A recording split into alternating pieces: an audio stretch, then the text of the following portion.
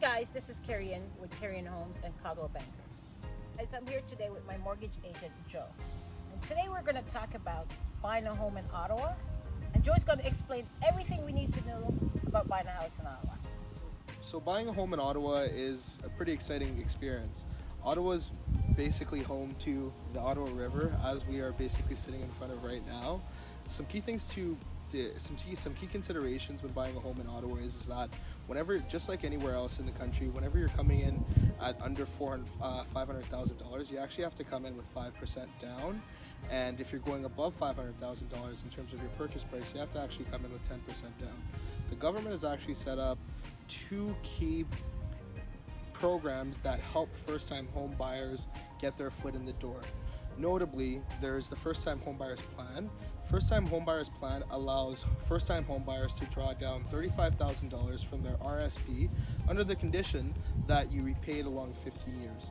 Some of the stipulations involving that are that you have to be a Canadian citizen, you have to provide a purchase agreement for a home, or a new build contract that basically says that you're purchasing a new build, and very lastly, you have to have access to an RSP that allows you to draw down on it.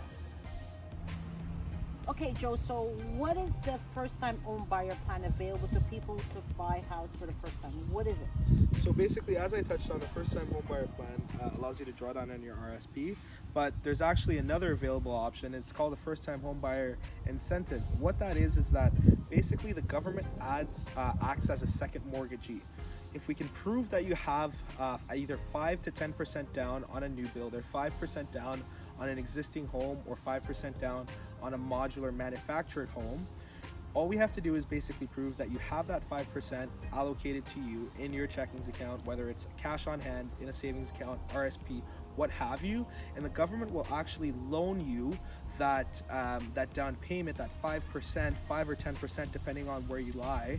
And what they'll do in turn is they'll add a collateral charge to your home under your mortgagee. For example, say if your mortgagee was TD, they would put a collateral charge under TD for $25K, for example, or 5% of your purchase price, 5 or 10%, wherever you lie, and essentially you would be responsible for paying that at no interest whenever you sell your home.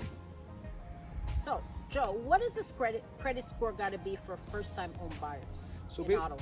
So basically, conventionally, whenever we look at just how things are, most first-time transactions are actually insured mortgages. So what that means is that you're coming in with less than 20% down. Because we have to actually not only get an approval from the bank or the lender, we also have to get an approval from the mortgage insurance company, either CMHC or Genworth. Typically what they'll do is they'll mandate a credit score of 680 Beacon, and if you have one that's below that, it's not to say that it doesn't mean that we're going to be able to get you a mortgage. It just means that we have to fight a little harder. So what that is that basically they'll go in on a case-by-case basis, depending on the strength of the application, and they will make a decision as to whether they will give you an uninsured mortgage or whether we have to come up with more down payment. Okay, so Joe, where in Ottawa would you invest buying a home? Well, Kerry Ann, that's actually a very loaded question.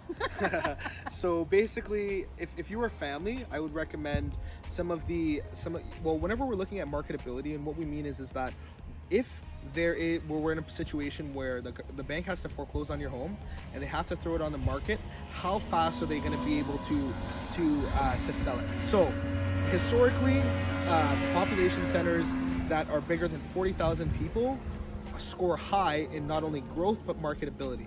So off the top of my head, if you're a family, I would recommend areas like Barhaven, Canada, Riverside South has seen an amazing amount of growth, Orleans, and anywhere really in between that's kind of considered to be a suburb. Vanier is one of the only places within the downtown core that you can actually go in and buy an investment property for under $500,000. That's why I would say it scores at the top of my list. And on top of that, the City of Ottawa has made plans to basically regentrify the whole area, turning Vanier into the new Westboro. So if you're looking for a really great real estate agent, you have to call me. And if you have your pre-approved and you're ready to get your mortgage done, call my friend Joe.